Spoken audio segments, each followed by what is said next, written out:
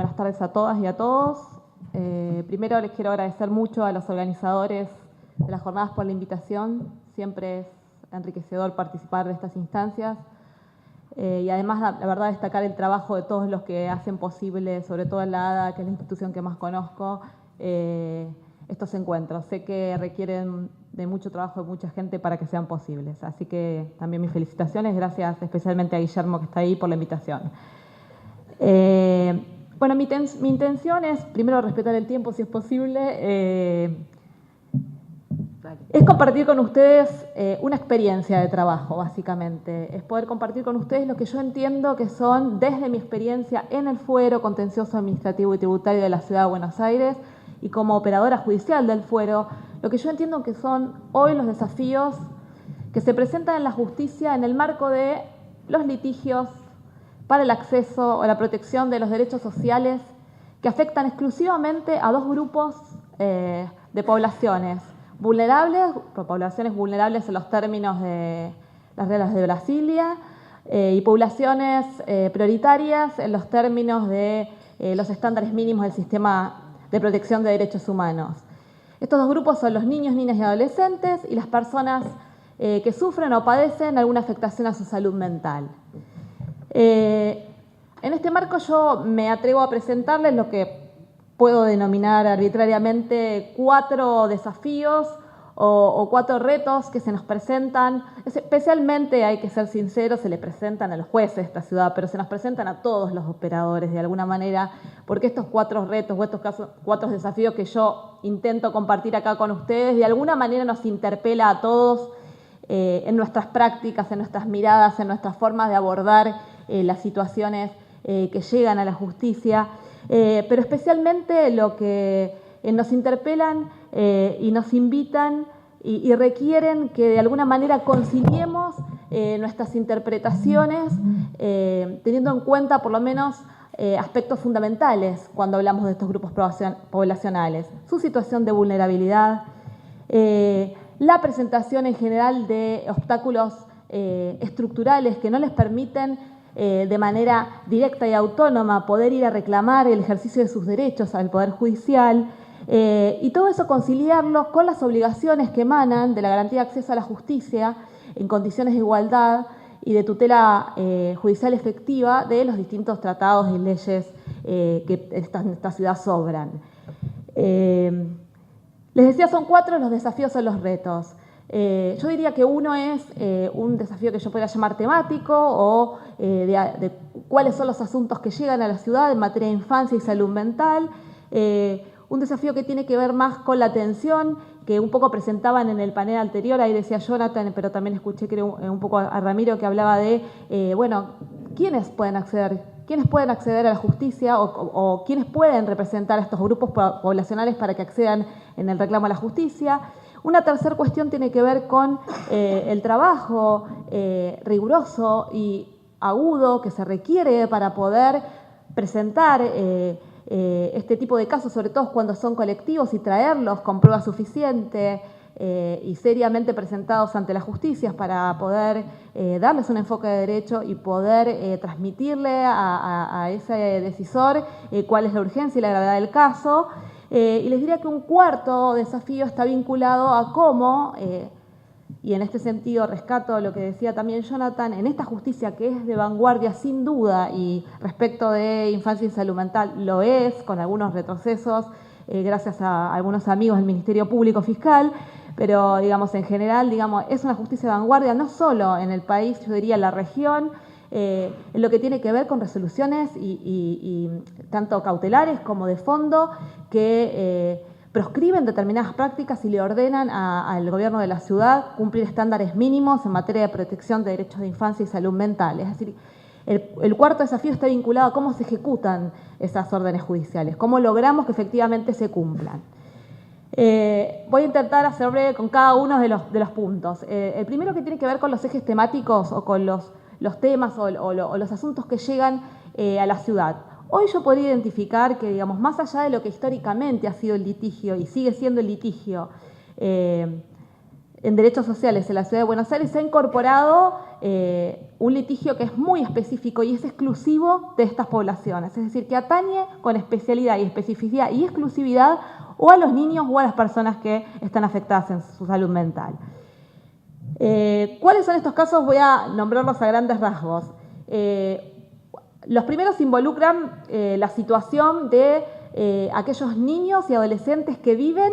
¿sí?, intramuros en el marco de hogares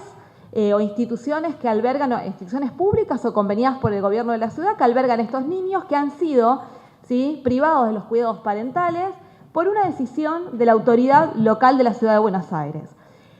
En estas instituciones, lamentablemente estas instituciones llegan, digamos, al ojo de la justicia de la ciudad a través de los amparos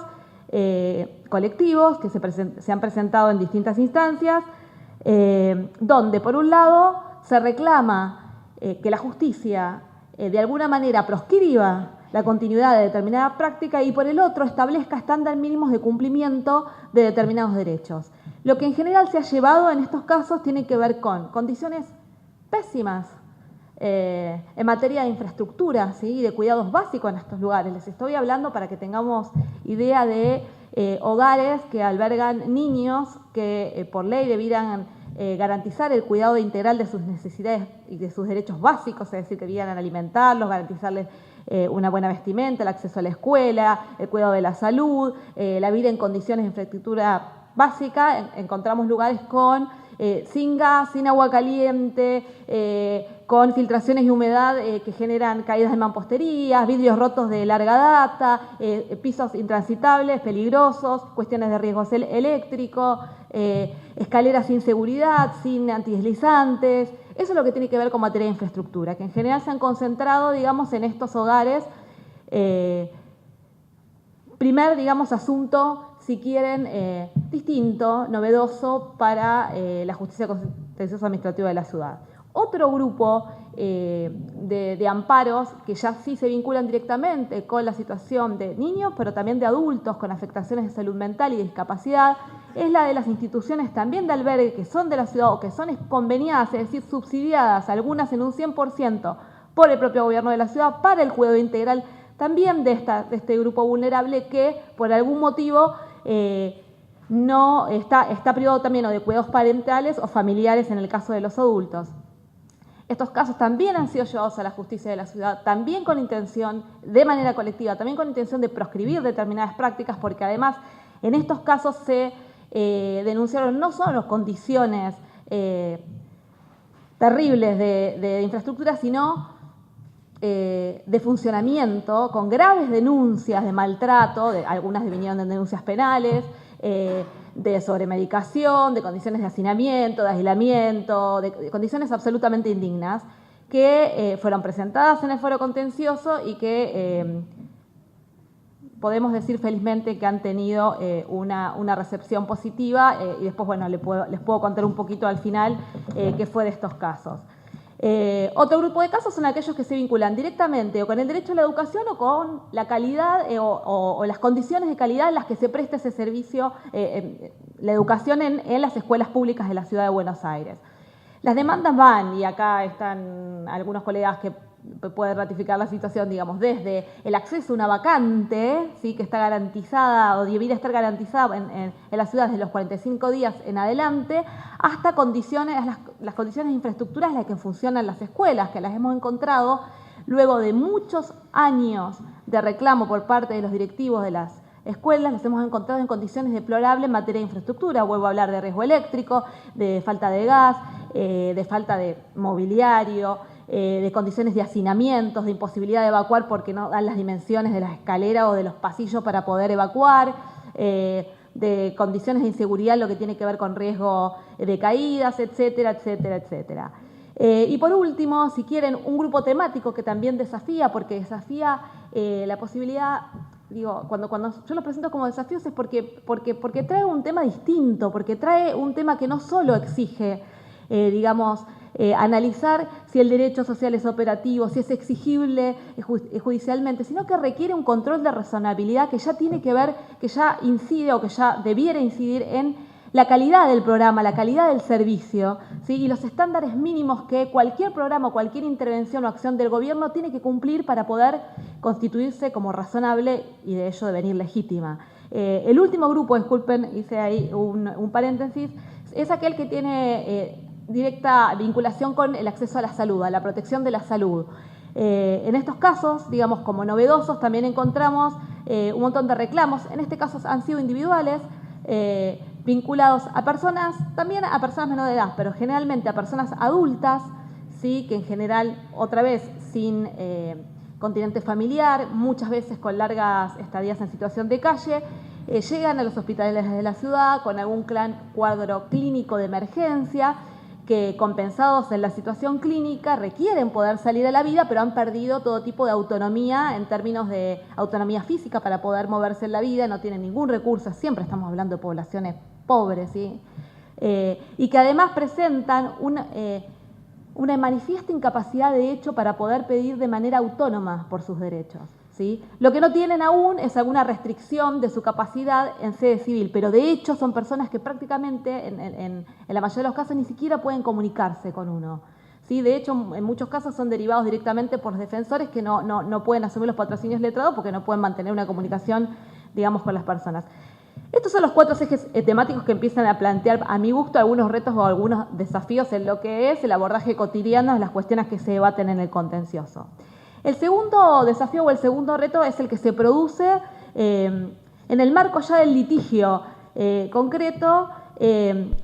en parte porque ha sido utilizado como estrategia legítima, si se quiere, del gobierno de la ciudad al momento de defenderse en las demandas, y en parte por la infeliz actuación de algunos integrantes del Ministerio Público Fiscal, que son nuestros compañeros de al lado dentro del Ministerio Público. El Ministerio Público de la Ciudad de Buenos Aires es tripartito, están los defensores, los fiscales y estamos los asesores. Bueno, alguna parte, para no ser injusta con todos los fiscales contenciosos administrativos, alguna parte de los fiscales del Ministerio Público de la Ciudad se han dedicado a tensionar y a cuestionar la legitimación de este Ministerio Público Tutelar o de los asesores del Ministerio Público Tutelar para poder iniciar y sostener y promover acciones de amparos vinculadas justamente a todos estos asuntos que yo acabo de mencionarles recién. Por supuesto, estas tensiones están en un desafío importante para la justicia que se encuentra, por un lado, digamos, con un Ministerio Público que dice una cosa por un lado y otra cosa por el otro, pero es el mismo Ministerio Público. Y al mismo tiempo la necesidad de dar una respuesta fundada, de fundar de alguna manera sus resoluciones respecto de una petición que está haciendo el gobierno, y es que no importa si se cae el techo, si no hay vacantes en la escuela, si los niños han sido maltratados, golpeados o sobremedicados. Lo que importa es que acá esta asesoría no puede venir a peticionar por estos niños, ¿sí? Porque no tiene legitimación. Y esta discusión a lo largo de años, ¿sí? Se está debatiendo en el marco de esta justicia, algunos esperando ser resueltos en el Tribunal Superior de Justicia. Yo entiendo que el desafío de la justicia es entender que no se trata de una cuestión ni que falte reglamentación, ni que falte normativa, lo que falta es ánimo interpretativo flexible, ¿sí? Y todas las normativas nos dan todos los puntapiés necesarios para poder determinar concretamente que efectivamente los asesores tutelares contenciosos del Ministerio Público Tutelar tiene enorme legitimación en estos casos. En ese sentido, digamos, basta con poder utilizar y hacer un buen uso de las reglas, digamos, de las reglas de Brasilia. Nos comprometen a todos los operadores a intervenir para remover los obstáculos que presentan en general estos grupos poblacionales para llegar de manera autónoma a reclamar por sus derechos. Pero si esto fuera poco, si no alcanzaran las reglas de Brasilia, si no alcanzaran las obligaciones que tenemos los operadores judiciales de intervenir ahí y de llenar nosotros de contenido el acceso a la justicia a las poblaciones vulnerables, si no alcanzara con esto, el nuevo Código Civil y Comercial es absolutamente claro al respecto, ¿sí? Y el nuevo artículo 103 del Código Civil establece que los asesores, en este caso los tutelares, pero digamos el Ministerio de Menores en términos generales, el asesor tutelar en la Ciudad de Buenos Aires, puede intervenir de manera principal en resguardo de los derechos cuando hay omisión de los representantes legales de las personas menores de edad o las personas restringidas en su capacidad o, en este caso, que presenten una restricción de capacidad de hecho, ¿sí? El requisito de la omisión es objetivo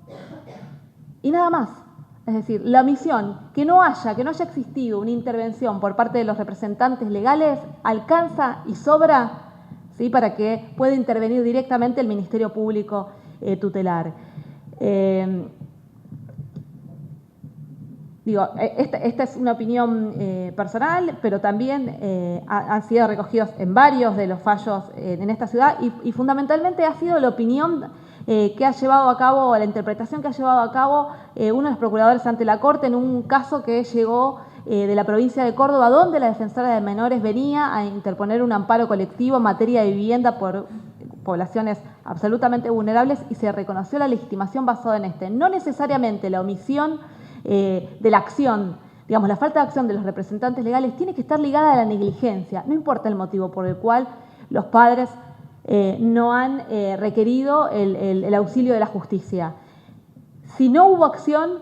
hay legitimación del Ministerio Público tutelar. Y un detalle aquí para esta justicia de la ciudad es que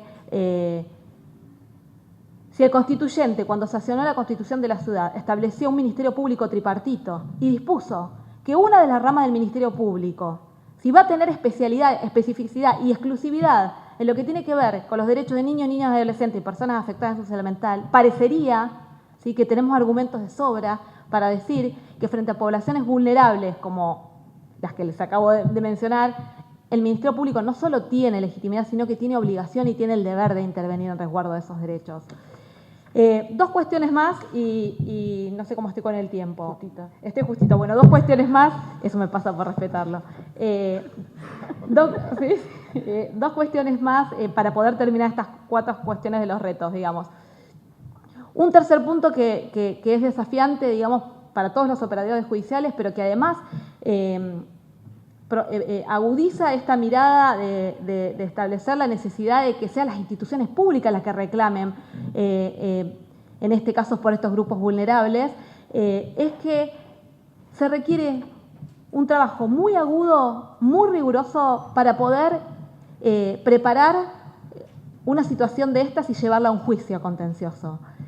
Se requiere para poder visibilizar, para poder traducir en idioma de derecho, para poder probar que efectivamente hay omisiones ilegítimas, que el gobierno está actuando mal y que además está generando afectaciones de derechos, es necesario un trabajo realmente muy agudo. Se requiere equipo de trabajo, se requieren informes técnicos, se requieren informes multidisciplinarios, se requieren seguimientos de casos testigos para poder después dar muestra de que efectivamente se afecta a determinado derecho. Se requiere un trabajo que es muy minucioso, que es imposible, ¿sí?, poder pedírselo a un particular. O sea, una decisión judicial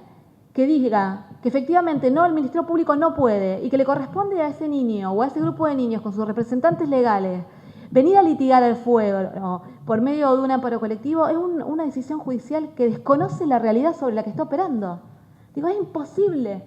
que un grupo en situación de vulnerabilidad social pueda llegar solo. Imagínense si además es niño o persona afectada en su salud mental. Es imposible sostener este juicio, requieren de mucho trabajo. Son los ministerios públicos, algunas ONG o algunos grupos militantes que realmente son casi heroicos, digamos, pero pedírselo a los particulares es necio.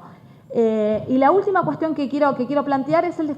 desafío en torno a la implementación, digamos, porque las resoluciones judiciales, volvemos a la vanguardia de este fuero, se han logrado. Está Guillermo que en un plazo récord, en una de las denuncias que nosotros hicimos vinculadas a una institución que de verdad era tremenda, la situación de las personas ahí adentro, en un tiempo récord de 30 días obligó al gobierno de la ciudad a trasladar a todas las personas que estaban ahí alojadas, 30 días. Y después mucho, pero muchísimo tiempo de trabajo para el Ministerio Público y para todos los operadores que convergíamos ahí para hacer el seguimiento y efectivamente lograr el cumplimiento de la orden judicial. Como esa hay otros casos en el fuero, hay un caso en el juzgado 10 de Aurelio Mirato que tiene sentencia, que es ejemplar la sentencia para mirarla porque también logró que se terminara un convenio del gobierno de la ciudad y se construyera por primera vez, yo diría, en la historia, por orden judicial, un efector público, ¿sí? Una institución pública que es gestionada por el propio gobierno desde el Ministerio de Salud y donde hoy podemos decir que las condiciones de alojamiento y de cuidado de los jóvenes que viven ahí son dignas. Solo quiero decir para cerrar esta cuestión y poner un poco de contraste positivo, es que mientras en muchos de los juicios que estoy mencionando todavía se está debatiendo si tenemos legitimación o no tenemos legitimación para reclamar el acceso a derechos, porque hablamos del reclamo para el acceso a derechos, porque yo entendería que discutamos la legitimación si vamos a pedir la restricción de derechos, pero estamos pidiendo el acceso a los derechos. Mientras se discute esto en todas las instancias de este fuero, las obras en las escuelas se hicieron, los traslados ordenados en el juzgado 13 se hicieron, el nuevo hogar que ordenó el juzgado 10 se hizo y cambiaron las condiciones de infraestructura de muchas de las escuelas que fueron objeto de litigio. Bueno, los dejo acá si le damos tiempo al compañero. Gracias.